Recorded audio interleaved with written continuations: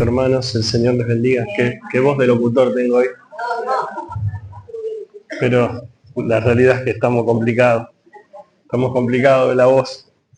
De todas maneras vamos a estar aquí. En la mañana estuvimos allí en Salto con una bendición tremenda que Dios nos dio. Así que bueno, estamos aquí también a la tarde. El Señor les bendiga grandemente. El Señor les bendiga mucho. Quisiéramos tocar en este tema, en este día, personas con propósito. Si nosotros somos, hermanos, personas que tenemos un propósito. La Biblia habla en el libro de Génesis 37, una historia muy particular. Del 37 al 50 habla sobre la historia de este hombre de José, de Israel, digamos, el padre de José. ¿Sí? Y yo quisiera mencionarle algunos versículos en este día. Dice su palabra, capítulo 37, versículo 5. Y soñó José un sueño, y lo contó a sus hermanos. Y ellos llegaron a aborrecerle más todavía. Y él les dijo, oíd ahora este sueño que he soñado. He aquí que atábamos manojos en medio del campo, y he aquí que mi manojo se levantaba, y estaba derecho, y que vuestros manojos estaban alrededor, y se inclinaban al mío. Le respondieron sus hermanos, ¿reinarás tú sobre nosotros y señorarás sobre nosotros? Y le aborrecieron aún más, a causa de sus sueños y sus palabras. Soñó aún otro sueño y lo contó a sus hermanos, diciendo, he aquí que yo he soñado otro sueño, y he aquí que el sol y la luna y 11 estrellas se inclinaban a mí. Y lo contó a su padre y a sus hermanos, y su padre le reprendió y le dijo, ¿qué sueño es este que soñaste? ¿Acaso vendremos yo y tu madre y tus hermanos a postrarnos en tierra ante ti? Y sus hermanos le tenían envidia, mas su padre meditaba en esto. Después fueron sus hermanos a apacentar las ovejas de su padre en Siquem. Y dijo Israel a José, tus hermanos apacientan las ovejas en Siquem, ven y te enviaré a ellos. Y le respondió, heme aquí. E Israel le dijo, ve ahora, mira cómo están tus hermanos y cómo están las ovejas, y tráeme la respuesta. Y lo envió del valle de Hebrón y llegó a Siquem. Y lo halló un hombre andando él errante por el campo y le preguntó a aquel hombre diciendo, ¿qué buscas? José respondió, busco a mis hermanos, te ruego que me muestres dónde están apacentando. Aquel hombre respondió, ya se han ido de aquí. Y yo les oí decir, vamos a Dotán. Entonces José fue tras de sus hermanos y los halló en Dotán. Y cuando ellos lo vieron de lejos, antes que llegara cerca de ellos, conspiraron contra él para matarle. Y dijeron el uno al otro, he aquí viene el soñador, ahora puedes venir y matémosle, y echémosle en una cisterna, y diremos, alguna mala bestia lo devoró, y veremos, dice, qué será de sus sueños. Amén. ¿Sí? Una de las cosas importantes que tiene la Biblia es que no nos oculta las dificultades que vivieron las familias de aquel tiempo. Así como las familias de este tiempo vivimos dificultades diversas y suceden tantas cosas dentro de las mismas familias, vemos que aquí en Israel, en la base, digamos, de la columna vertebral de todo el pueblo hebreo, los hermanos de José era el más pequeño de ellos, el más niño. Y este Israel le había regalado una túnica de muchos colores, por lo cual los hermanos, por envidia, por celo, y por muchas de estas cosas que él hacía, que él soñaba a la noche, y les contaba luego el sueño que tenía a los mismos hermanos, inclusive a su padre y a su madre, lo hacían una persona diferente tal vez al resto de los hermanos. Y entonces los hermanos comenzaron a pensar qué hacer con esta situación que ellos sentían, y no tuvieron mejor idea que matarle. O sea, uno puede tener varias soluciones en la vida. En este caso, los hermanos, la propia sangre de José, elige tirarlo a una cisterna o matarlo. ¿Sí? Dice, cuando lo vieron venir de lejos en aquel tiempo, lo vieron acercarse, dijeron, vamos a matarle, conspiraron a una para matarle. La Biblia habla, yo se lo voy a contar un poquito, que Rubén, el hermano más grande, cuando se entera de esta situación de que ellos lo querían matar, les dice que no y lo tiran dentro de un pozo. Las cisternas en aquel tiempo era el lugar donde podía o no haber agua, en este caso no había agua, y él salva la vida, ¿sí? Pero lo interesante de esta historia, más allá del contexto que estamos hablando y de eso que pasó, y de las dificultades familiares que tiene, es que él tenía un sueño, algo que venía detrás de lo que le sucedía. Y el propósito que Dios tenía con él, tal vez no en ese momento, porque hay cosas y situaciones que tiene propósitos Dios con nosotros, tal vez no en el tiempo en el que nosotros estamos, sino un poquito más adelante de nuestras vidas. Uno dice, bueno, pero ¿cuándo será? En este caso, José fue un hombre que supo esperar el tiempo y supo no quejarse de las situaciones que vivía, de las situaciones que pasaba. Una de las cosas interesantes que vemos es que los hermanos, de alguna manera, cuando lo atrapan para tirarlo dentro de la cisterna o para matarlo, en este caso Rubén los para y le dice no haga tal cosa, le rompen, ¿sí?, el manto, le rompen la capa, le rompen el regalo que el padre le había hecho, ¿no? También por otro lado, creyendo que rompiendo eso iban a romper tal vez los sueños o el propósito de este muchacho José, ¿no?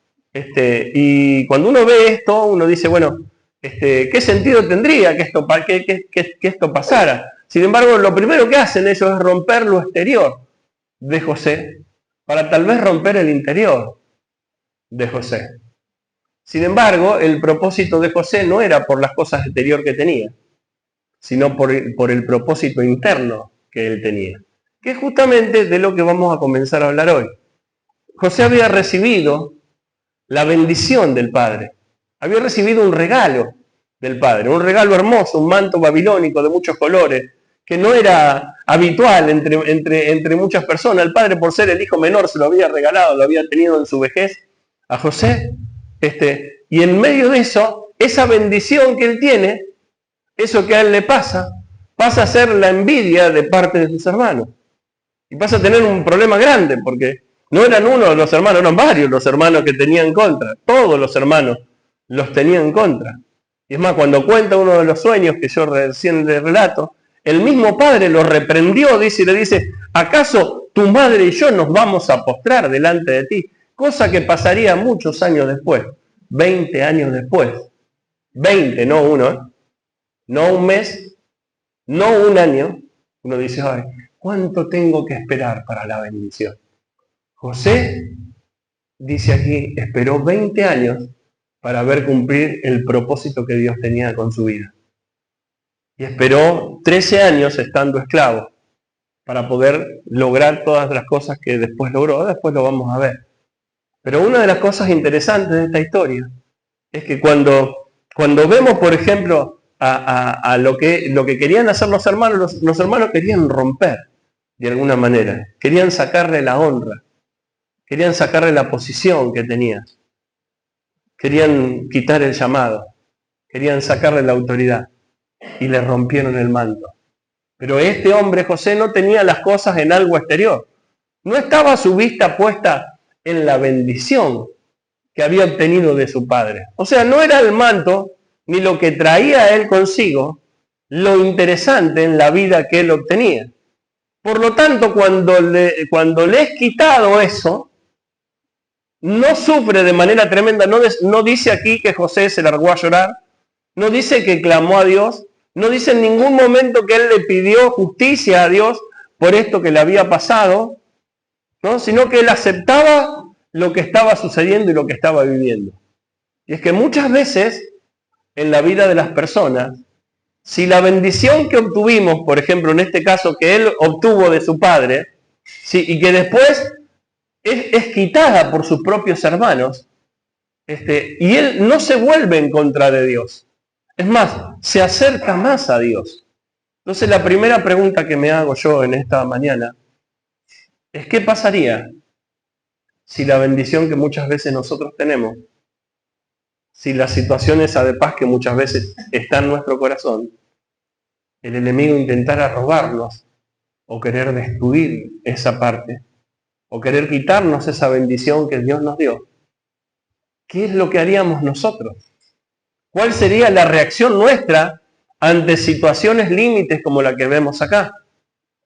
La Biblia relata de Abraham, que fue el padre de la fe, un hombre de fe, en el que ya a una edad muy, un hombre viejo ya, Abraham para tener hijos, junto con Sara, su esposa. Y sin embargo Dios le dice que de su propia simiente, de su propia vida, de él y su esposa iban a ser una nación. Iba a ser una nación grande que iba a ser imposible de contar. Y él le cree a Dios. Y tiempo después, no cercano, tiempo después, como le pasó a José, o sea, tiempo después, recibe esa bendición y nace Isaac. Y cuando nace Isaac se refería, era risa, era alegría, era la bendición, la promesa, el hijo de la promesa, que no me lo estaba dando cualquiera, se lo había dado Dios. Y que a través de ese Isaac, de esa propia sangre, iba a salir el pueblo de Dios. Entonces, y sin embargo, en un momento, Dios le dice a Abraham, ve y sacrifícame, no a un cordero, sino a Isaac tu hijo, sobre el monte Moriah, que quedaba 3 días de camino, o sea, no quedaba 10 minutos. O sea que él tenía que salir junto con 2 siervos. Y llevaba a su hijo, que ya lo había acompañado a otros momentos en el que ellos iban a levantar holocausto a Dios, iban a hacer un altar a Dios.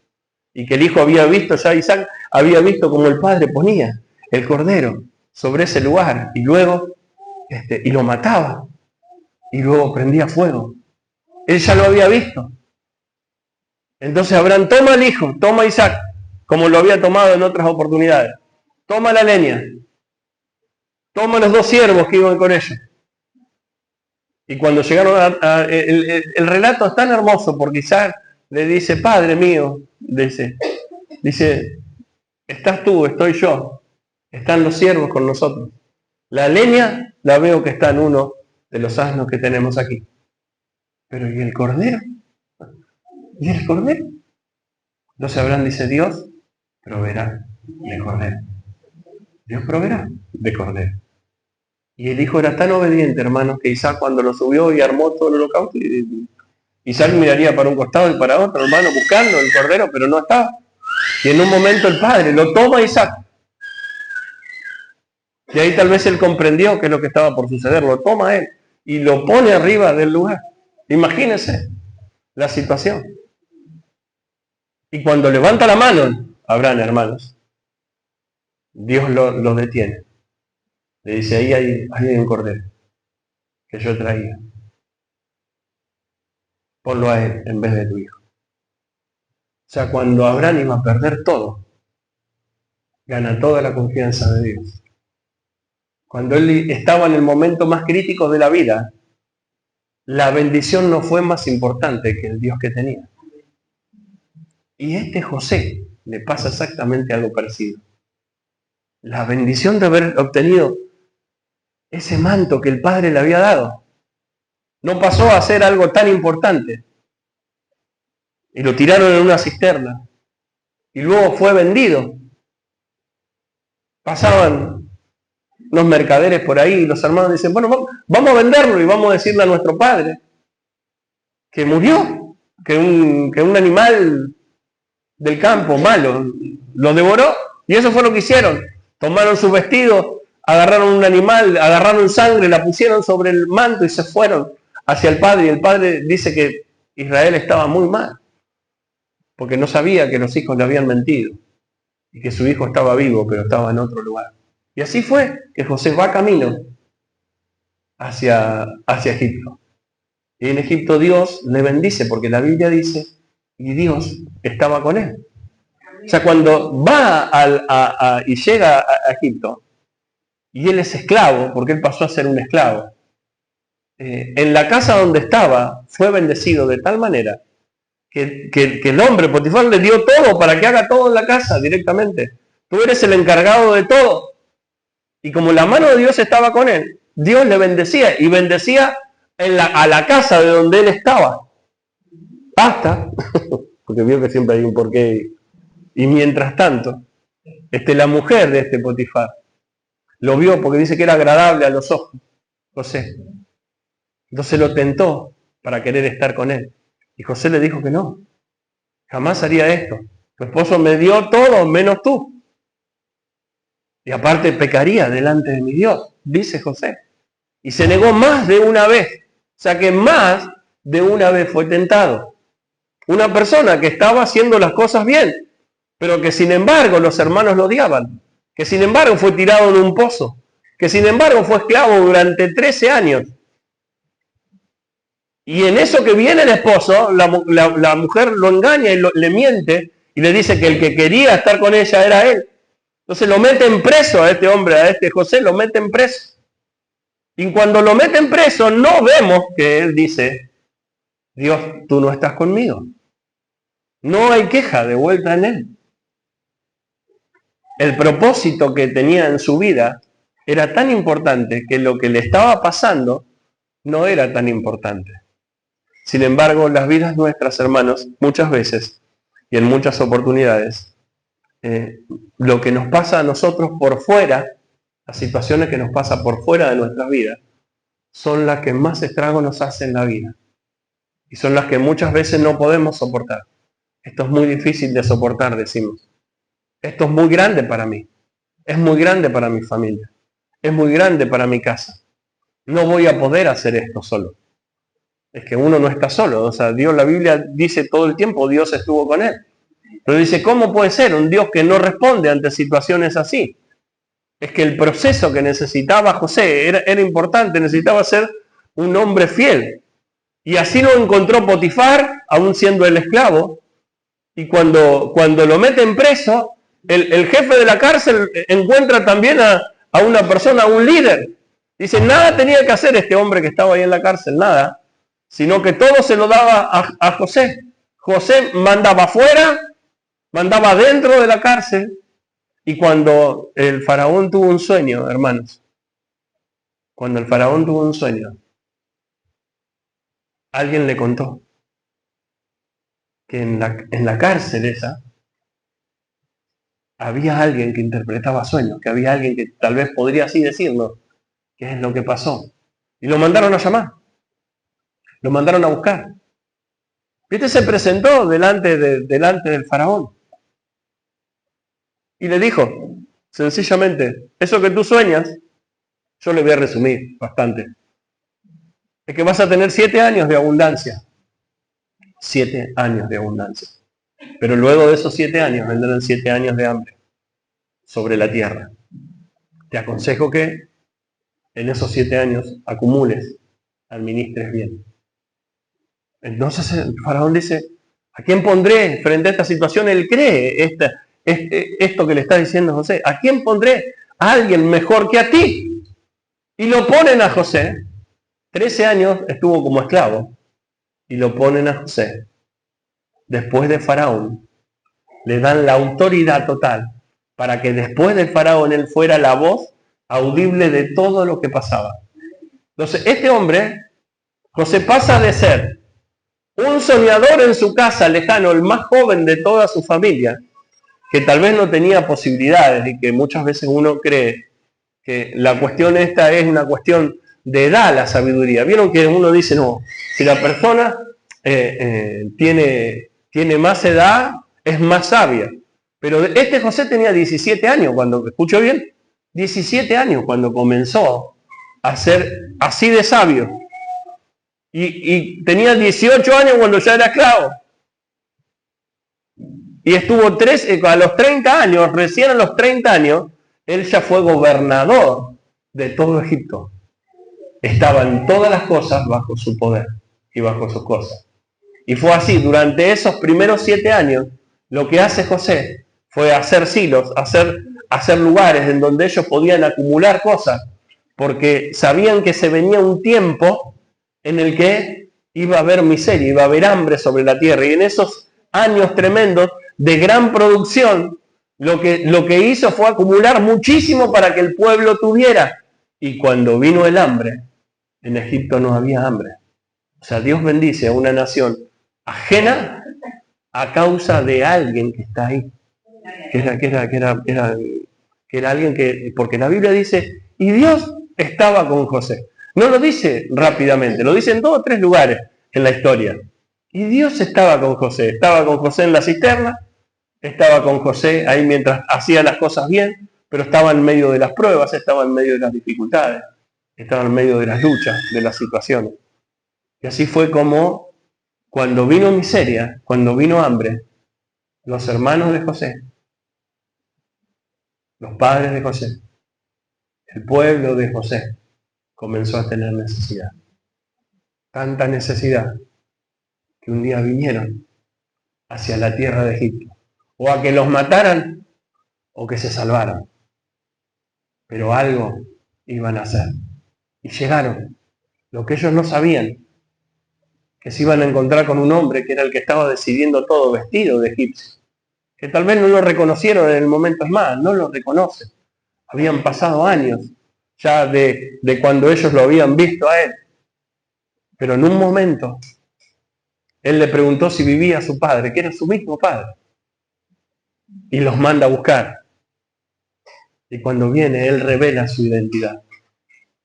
Y cuando revela su identidad, el mismo faraón lo recibe a Israel, al padre de José. Le dice, este es mi padre, estos son mis hermanos que vinieron de lejos. Y Faraón le dice, bueno, dales toda esa tierra, todo ese lugar, dale lo que necesiten. O sea, el propósito de alguien que muchos años atrás, muchos años atrás, tuvo un sueño, pero con un propósito de qué es lo que quería, qué es lo que esperaba para su familia, cómo Dios lo iba a usar, no en el ahora, sino en el más allá. Nada más que en general las personas solemos querer cosas para el ahora. No queremos esperar, no queremos esperar nada. Decimos, vemos la historia esta y no sabemos, está en un capítulo esta primera parte que yo le leí, pero pasaron años en ese capítulo. Años pasaron para que eso sucediera, para que eso pasara, para que esta situación que nosotros vemos, no fue que estuvo un ratito nada más, no. Hubo odio de los hermanos, hubo querer, tener ganas de matarlo. Mientras él iba a ver cómo estaban, los hermanos lo agarran y le empiezan a romper sus ropas y lo quieren matar, y aparece Rubén y le dicen, no hagamos tal cosa, y lo tiran en una cisterna. El hermano, la propia sangre. Pero no vemos en él la misma reacción que tal vez tendría yo. ¿Cómo puede ser que hagan esto? ¿Cómo es posible que esta situación me esté sucediendo a mí? ¿Acaso Dios no ve lo que me está sucediendo, lo que me pasa? ¿No conoce Dios lo que me está sucediendo? Está lejos Dios de esta situación. Y es más, cuando perdemos, porque Él pierde el regalo que Dios le dio, pierde la bendición que Dios le dio. Si tú perdieras aquello que tanto nos agrada y tanto nos gusta, y que muchas veces en la vida eso tiene un nombre, algo que Dios te dio. Y si por causa de algo que sucediera, muchas de esas cosas no estarían, y en el cual Dios no tiene nada que ver. ¿Me entiendes? ¿Qué haríamos nosotros? ¿Qué haríamos como personas? Diríamos, no, Dios me desamparó. Dios ya no está más conmigo. Él no está más en esta situación conmigo. Dios ya no me ama. No soy ya su hijo. Él me ha dejado. Y cuando uno se siente, hermanos, desamparado, suele tomar decisiones así. Suele tomar decisiones que son cambiantes. El propósito, hermano, mantiene nuestros ojos en la meta. Mientras que las cosas pasajeras que nosotros vemos continuamente solo nos aseguran un día, 2 semanas, 3 semanas, un mes. Cosas que son, la salud nosotros la podemos celebrar, claro, pero mañana puedes estar enfermo.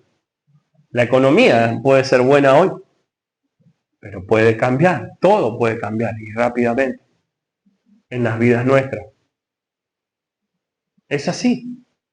Nosotros quisiéramos que no fuera así. que tendríamos las cosas aseguradas, pero no las tenemos aseguradas. Entonces las bendiciones que Dios nos da son cosas que Dios nos regala, nada más. No son para que te aferres a esas. Dios le dijo a Abraham, no te aferres a la promesa, aférrate a mí. No a la promesa que inclusive yo te di, no a la bendición grande que yo te di, no a lo que te provoca risa. Él lo miraba y le producía eso a Abraham. Alegría de verlo, la promesa de Dios estaba delante de él. Ese iba a ser aquel que Dios iba a levantar. Y Dios un día se lo pide para sacrificarlo. Dios se lo pide para que lo lleve al monte. Y fíjate que a mí, lo más interesante para mí de la historia es el camino, hermano. Es el proceso. El tiempo. Es ese día de camino hacia allá. No le dijo como si nosotros estamos acá, ve a la otra cuadra, porque uno en un acto de obediencia, uno muchas veces hace cosas, pero en este caso tuvo tiempo Abraham para volverse, tuvo tiempo para cambiar. Le dijo a los siervos, nosotros iremos, y los dejó en el camino, y volveremos. Yo no sé de dónde sacaba fe este hombre, hermanos, pero fe tenía de que Dios iba a hacer las cosas mucho más allá de lo que él pensaba. Entonces muchas veces el enemigo, hermanos, intenta hacer eso con nuestras vidas. Intenta romper las cosas externas que nosotros tenemos. Las bendiciones que Dios nos dio. Y las intenta romper. Las intenta despedazar. Que no te quede honra, que no te quede propósito. Que no tengas llamado. Que te hayas cansado de orar, de pedir. Pero ya pedí, pastor, por mi familia. Y sabes que no funciona. No funciona. Pero ¿cuánto hace que venís pidiendo? Y hace como 4 años que vengo pidiendo. ¿Y quién te dijo que tenías que...? ¿Y por qué no te respondió todavía Dios? Quizás lo vaya a hacer a los 10 años. Vos lo vas a dejar de hacer porque no tenés respuesta ahora. Porque no tenés respuesta en este momento. Nosotros, la Biblia, hermanos, no es cronológica en cuanto a lo que está pasando, que en el otro capítulo ya pasó justamente ahí en ese momento. Pasaron 3 años de una cosa a la otra. O sea que hay cosas que no son así. Entonces uno lo ve y uno dice, bueno, acá vemos que Dios respondió, sí, pero ¿después de cuánto tiempo respondió? ¿Qué cosas tuvieron que pasar en el medio? ¿Por qué proceso tuvo que pasar José? ¿Cuáles son las cosas que él tuvo que vivir para poder pasar por esta situación? ¿Acaso él no veía que era injusto lo que estaba viviendo? Claro que lo veía, porque era totalmente injusto. ¿Tenía razón en lo que decía? Claro que la tenía. Sin embargo, no vemos que Dios haya hecho nada para sacarlo de esa situación. Lo dejó en la cárcel, lo dejó en la cisterna, lo dejó en lugares así, porque necesitaba una persona con propósito para que todo lo que viniera después pudiera tener la bendición que iba a tener y que tuviera el impacto que iba a tener tanto en los hermanos como en los demás. Así que no pasa la situación por ser joven o por ser viejo, sino por tener convicciones firmes y por tener propósitos verdaderos de las cosas que tenemos. Las cosas que tenemos hoy están y mañana no están. La enfermedad, la vida, las situaciones nuestras son así. Somos personas que cambiamos, que tenemos diferentes dificultades y cosas. Pero muchas veces esas son las que el enemigo ataca para querer robarte la autoridad, robarte el llamado, robarte el propósito y que tú no sigas pidiendo. Quieres sembrar simplemente duda para que tú no sigas. Para que tú no digas, bueno, no, mi esposa, mi hijo. No, pero uno mira y como mira con los ojos, uno ve al hijo perdido. O ve al padre perdido, o ve al hermano perdido. Y dice, ya oré por él. Claro que oraste, pero tenés que seguir pidiendo por él. No importa cuánto tiempo haga que estás orando por él. No importa cuánto es el tiempo. Lo importante es que mantengas la actitud del propósito que tienes, porque somos personas con propósito. y que pases por estas situaciones así, en las que muchas cosas no sean de las más justas y que pareciera que Dios está invisible ante las situaciones que nosotros vivimos y que las personas no lo ven y que los otros no lo entienden y que Él estaba rodeado. ¿Por qué Él hace esto, hermano? No rodeado de amigos como nosotros que estamos acá, que estamos rodeados de gente a la cual queremos. Él estaba rodeado de gente de otra cultura, de otra gente, la cual era el esclavo. O sea, Él se mantiene esclavo en un mal ambiente y nosotros en un buen ambiente muchas veces no podemos dar 2 pasos seguidos. ¿Cómo es posible que en medio de las situaciones tan dramáticas que este hombre vive pueda obtener tanta victoria en medio de una situación tan difícil de hacer? Y muchas veces, hermanos, nosotros oramos un día y el otro día ya decimos, bueno, Señor, ya oré, ayer oré, lo que oré ayer, lo que pedí ayer por esto. Y sí, pero ayer pediste por esto y por aquello, pero hoy también es necesario que te levantes, hoy es necesario que pidas, hoy es necesario que le ruegues a Dios, es necesario que estés ahí. Que si es importante para ti, lo vas a hacer. Si no es importante, lo vas a dejar. No, pero bueno, pero entonces no es tan importante. Pero es importante, entonces te levantas a hacerlo. ¿Por qué es importante? Porque hay algo que tú puedes hacer. Cuando uno cree que nada puede hacer, está todo perdido. Pero cuando creemos que algo podemos hacer, no hay nada que esté perdido. Entonces no hay persona que esté perdida, no hay persona que tenga una enfermedad terminal, no hay nada que esté pasando cuando nosotros estamos creyendo en que Dios va a poner su mano ahí. Pero para eso tenemos que estar ahí. Y que lo injusto y las situaciones complicadas y las cosas que vemos, hermanos, aunque el tiempo corra y nosotros no sepamos cuál es el tiempo, y eso creo que es lo que lo hace interesante, hermano, a la situación, el no saber el tiempo que usted va a estar esperando. Yo cada vez que llego al semáforo que está allá, por aquel lado, me dice, bueno, 37 segundos, ya sé el tiempo que voy a estar. Pero cuando no me dice nada, hermano, me pongo más, empiezo a mirar. Y esto lo hago siempre, miro. Y ya debe estar. Porque aquel está, y veo para dónde están pasando los autos. Pero cuando usted sabe el tiempo, no hay problema, no hay ansiedad. Ahora cuando usted no sabe el tiempo, hay ansiedad. Y la ansiedad produce cosas dentro de nosotros.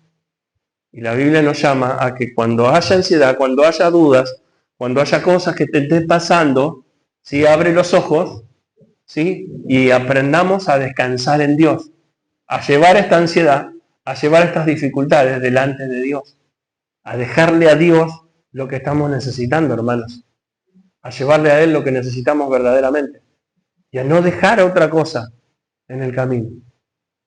Muchas veces en la vida, usted va a pasar por situaciones límites. Yo quisiera decir que va a pasar por 1 o 2 nada más, pero la realidad es que no es así. La realidad es que vamos a pasar por varias cosas. Pero cuando usted tiene un propósito en mente, el hombre ese que está anhelando la cima, está anhelando la cima, él necesita llegar hasta allá. Quizás se entrenó, quizás no sé. Pero si quiere llegar a la cima, tiene que hacer algo para poder llegar hacia ese lugar. Si no hace nada y no está entrenado, probablemente se vaya a quedar en el medio del camino.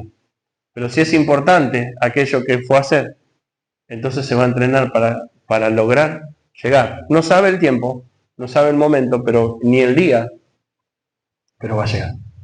Entonces usted, hermano, como hijo de Dios que es, necesita tener propósitos que Dios le ha dado. No son cosas que Dios nos oculta. La voluntad de Dios no es algo que está oculto, que Dios no le dice. No, Dios nos dice. Dios nos dice y nos habla mucho. No es que no nos dice, nos habla y mucho de nuestras vidas, de nuestro comportamiento, de nuestra manera, de nuestra forma, de nuestras quejas, de lo que vivimos, de lo que hacemos. Dios lo habla en la Biblia. Entonces acá tenemos un claro ejemplo de qué es lo que nosotros debemos hacer en medio de las presiones, en medio de las dificultades, en medio de los problemas, de cuando la situación aqueja, cuando la vida pareciera ser muy difícil Entonces debemos acercarnos a Dios más y saber primero que Él nunca te va a dejar. Hermano, nunca te va a desamparar, nunca va a estar lejos de ti. A veces no van a suceder las cosas que nosotros esperamos. Y sí, claro que sí. Pero hay propósitos con esto, hermano. Si el pueblo de Israel, hermano, si este Israel con sus hijos, si a José no le hubiera pasado todo esto, que se lo llevaron esclavo a otro lado, en el momento del hambre, en el momento de la necesidad, no hubiera tenido a quién acudir. No hubieran tenido a dónde estar. Porque cuando hablaban de hambre en aquel tiempo, era hambre en serio. Era de verdad. Era para muerte. De las personas, los animales, todo. Cuando había hambre, así. Tremendo.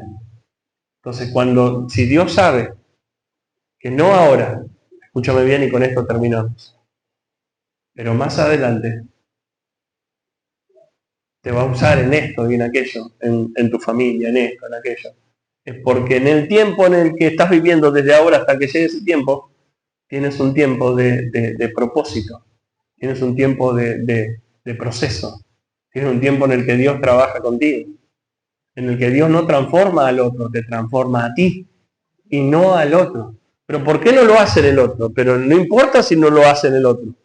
Tú te tienes que preocupar si Dios lo está haciendo contigo, no con el otro. Si el otro que lo haga o que no lo haga. El otro que piense, que crea o que no lo crea. Pero tú lo crees. Entonces, por la obediencia de uno, como Jesucristo, es que nosotros fuimos salvados. Entonces no importa si nadie lo hace, si nadie lo cree.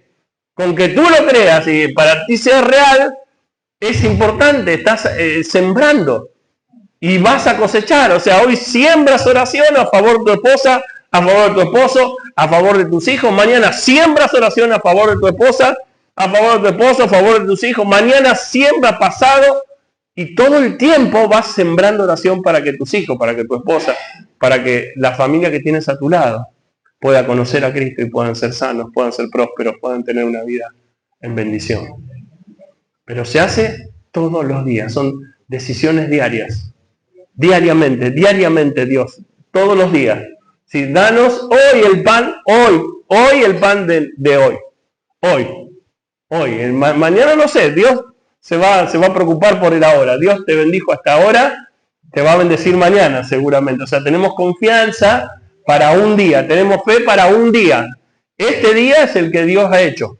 Y en este es el que nos vamos a gozar, nos vamos a alegrar y vamos a estar llenos de su presencia. El Señor te bendiga. Puesto de pie.